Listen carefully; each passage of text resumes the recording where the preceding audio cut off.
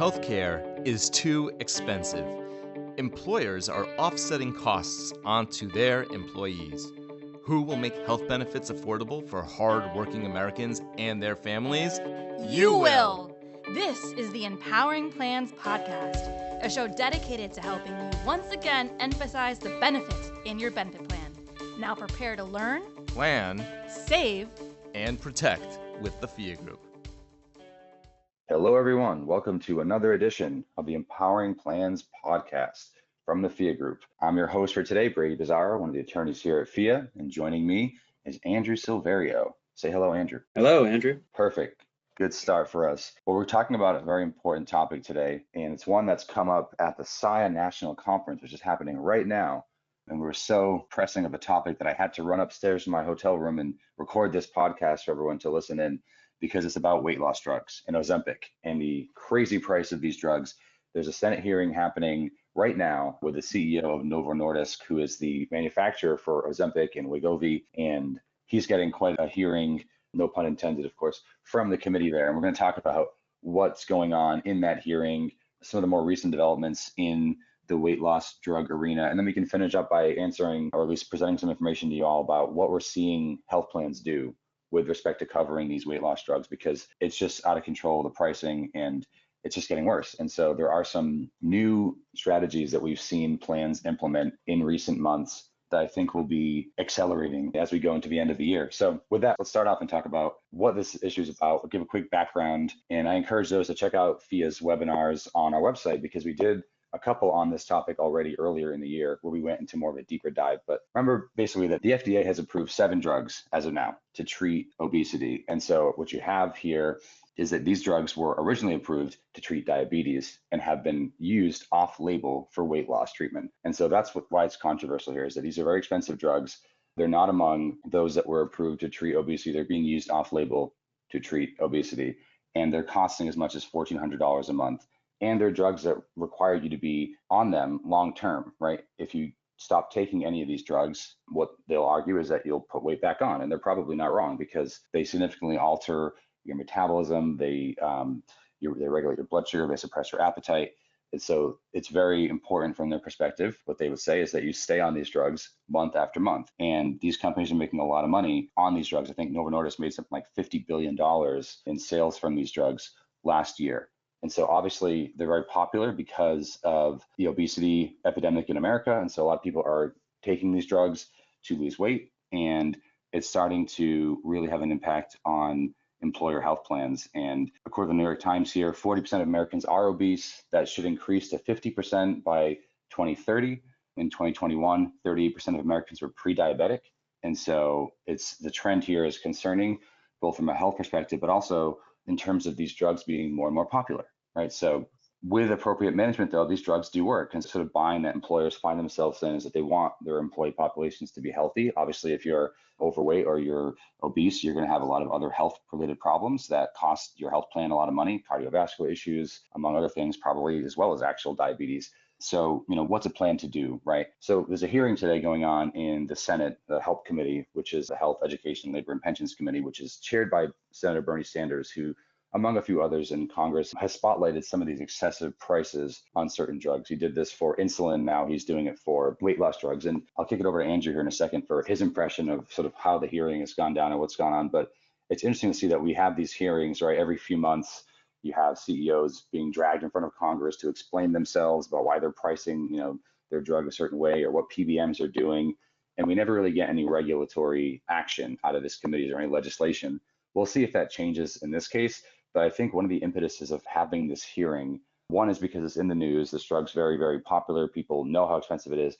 But secondly, this is a drug that increasingly is being covered by Medicare and Medicaid. And there's a threat to literally bankrupt the US government if these drugs are widely used by those recipients. And so that's kind of the background for this hearing. But Andrew, I know you had a chance to both watch a bit of the hearing and read some articles. Early articles came out that were covering how it went. So just curious on your impression of how it's going or what the issues are that we're hearing there. Yeah, thanks. And like Brady said, this is basically an opportunity for lawmakers really to confront drug makers, in this case Novo Nordisk, their CEO, about why they are ripping off, that's Bernie Sanders' words, the American people and charging so much more for these drugs here versus around the world. So they'll be confronting the CEO of Novo Nordisk with some statistics. For example, Novo Nordisk apparently charges Americans $969 a month for Ozempic, which can be purchased in Canada for $155 and in Germany for $59.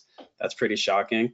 Wegovy, meanwhile, even more expensive in America, $1,349 per month versus $140 in Germany and just $92 in the United Kingdom. So essentially, they're going to be dragging the CEO in front of them and demanding some answers about, this pricing disparity. And what we're seeing is a lot of finger pointing. Brady and I were talking about this a little bit ago.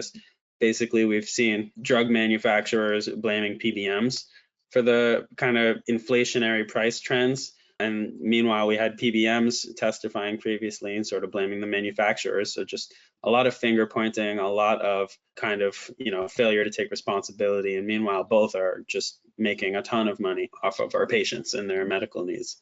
So it sure would be great if we saw some legislative action to kind of drive these prices down. But, unless and until that happens, employers are sort of left to fend for themselves and try to find solutions. So that's sort of what we tend to focus on in our webinars and in our podcasts and our blog posts, because it's all there really is that we have that's concrete right now, because there hasn't been much legislative action.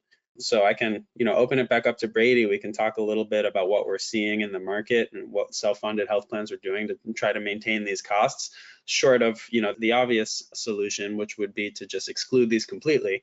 We still want patients to be able to get the care that they need. So how are we, as self-funded employers, plan sponsors, going to try to find affordable and efficient ways to get this care for our participants?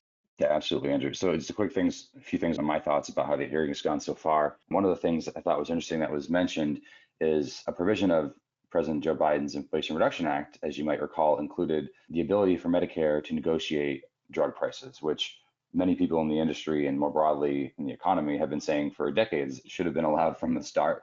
Medicare is, of course, the largest purchaser of drugs in the country, probably even the world at this point. And so Ozempic will likely be subject to the next round of price negotiations between manufacturers and Medicare. But notably here, this won't even happen until sometime in 2025, and the prices that ultimately get negotiated won't even go into effect until 2027. So just really kicking the can down the road. But even despite the timeline being so far away, the CEO of Novo Nordisk was asked whether he would commit to not suing the federal government if his two drugs are selected for negotiations in the next round, and he would not make that commitment because he gave a familiar answer to the committee that other manufacturers have said with respect to price negotiation or the ability to do it. They say that it's actually price setting. And so I think a lot of people would disagree with that assessment of what negotiations are in a free market system, but that's kind of the same old song and dance answers that we're hearing from the manufacturers here, that, we have to charge you 10 times more because it stifles innovation. Otherwise, we have to charge you these prices, or otherwise people will lose access to healthcare. And what I noticed in the sense that I was getting is that these arguments aren't having as much of effect. It's quite obvious, I think, to many observers that they're still able to make a profit. In fact, part of this article I'm reading says that they could sell a generic version of Ozempic and the company could still make a profit. So it becomes a question of, how much of a profit are they able to extract from US taxpayers if it's those people on Medicare or Medicaid that are receiving the drugs, or from private health plans, right? So clearly, I think everyone would agree that we need research and development in the area of prescription drugs. That's a good thing. But this idea that, we have to be paying 10 times, why not 100 times more then, right? If the argument was that just unlimited money means more and more access. So I think this is going to be a good hearing. I'm glad it's taking place. We'll see again, like Andrew said, probably legislatively, not much is going to happen, especially right now, because we have an election in something like 40 days. But this is an issue that cuts across both sides of the aisle for two reasons. One is because both Republicans and Democrats agree, or at least they say they agree, that prescription drug prices are too high. But also, a little bit more cynically, both sides of the aisle receive a ton of money from lobbyists, right, representing these industries. And they have succeeded in the past in slowing down legislation that would rein in these prices. So we'll see, though. What Andrew mentioned and we're talking about now is, what can you do now as a health plan, right? You can't wait around for Congress to act. We can have, 10 more of these hearings. Is it really going to matter? No commitments are actually ever really made on anything. So what does FIA do? Maybe we can start there. Like, what's a good approach to this? How does our plan treat weight loss drugs? So what we do is we have a plan exclusion for weight management. We do not cover drugs that are for the purpose of weight management, even if used for non-cosmetic purposes, such as to treat morbid obesity. So what does that mean? It means that if someone is prescribed Ozempic for diabetes and they have diabetes, we cover it. If someone's prescribed Ozempic for weight loss and they meet medically necessary criteria, we do not cover it. If someone's prescribed Wegovy for a similar reason, we will not cover it. The gray area here, and what we're seeing more in terms of impacts for plans, is what if these drugs are prescribed for something like cardiovascular health or to reduce the chance of heart attack or stroke? Because that's recently what some of these drugs are being approved for. Secondary to treating diabetes, they are becoming approved for, quote, cardiovascular health. And some of the policy experts in this area have said this is just sort of a backdoor way to try and get them to be used for weight loss and to circumvent plan language, right? But the answer for what we would do in that case is we might cover it if we deem it medically necessary. So if a physician is saying, yes, this person has really high risk of heart attack or stroke and they have serious cardiovascular health issues, I think it's medically necessary for them to take Ozempic or Wegovy, we probably covered in that case. But that's a case-by-case basis, which requires medical review or pre-authorization in this case for whether we cover the drug or not. But the short answer for us is that we're not covering these drugs for weight loss management. We're finding more and more of our clients not as well. So Andrew, from your perspective, what kinds of questions or issues have you seen from the employer standpoint about how they're dealing with weight loss drugs? Yeah, so other approaches that we've seen are, covering certain drugs. You can pick and choose, weight loss drugs that are more affordable and exclude the ones that are, a lot more expensive. The big word of caution there is going to be potential discrimination issues under HIPAA. So as always, with any sort of limitation, it's important to be proactive, and whatever you're going to put in place, get it in place before you have a participant with a health need that's going to be impacted.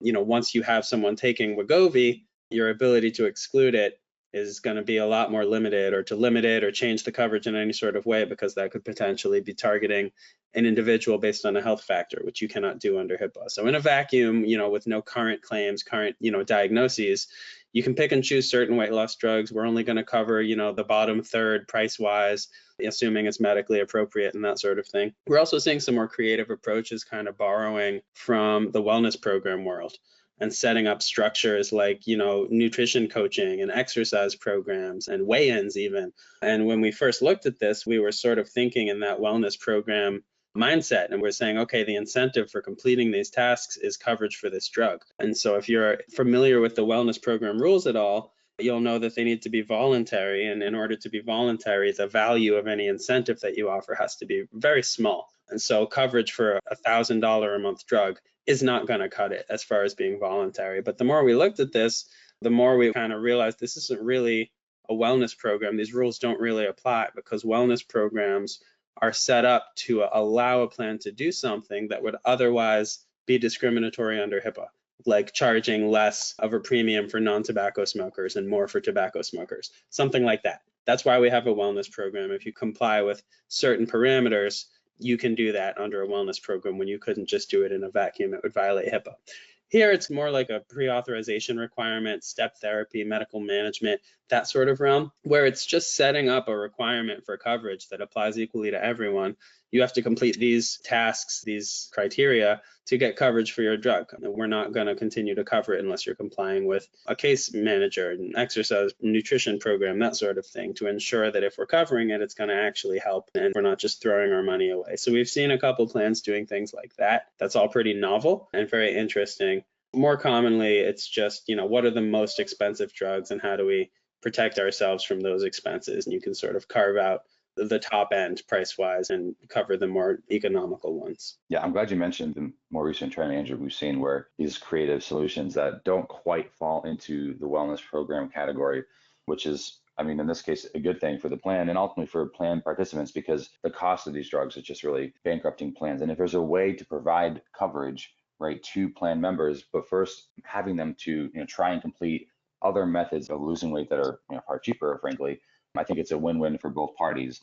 I think you'll see health plans adopt an approach like that going forward, or if not, I think a lot more will be dropping coverage of weight loss drugs. Earlier this year, way back in January, so I saw an article from CNBC saying something like 40% of employers intended to provide coverage for weight loss drugs. And I can tell you since then, the articles in the last few months, you see more and more employers rethinking that decision because they're just seeing the prices are not coming down. And I think some got into it not realizing that, again, their employees and dependents have to stay on this drug every single month. And, it's kind of designed that way. And it's just so expensive. So more and more, I think, will drop coverage, or, those that are here are willing to try and be creative and ambitious and construct a sort of a program like the one Andrew mentioned. I think that will be a good way moving forward as well. But overall, I think this is just one other example of how the drug industry is really throttling a lot of the other broader parts of the healthcare industry, just in terms of the pricing. It's just unsustainable. The growth, the trajectories of pricing for these drugs, it's not sustainable for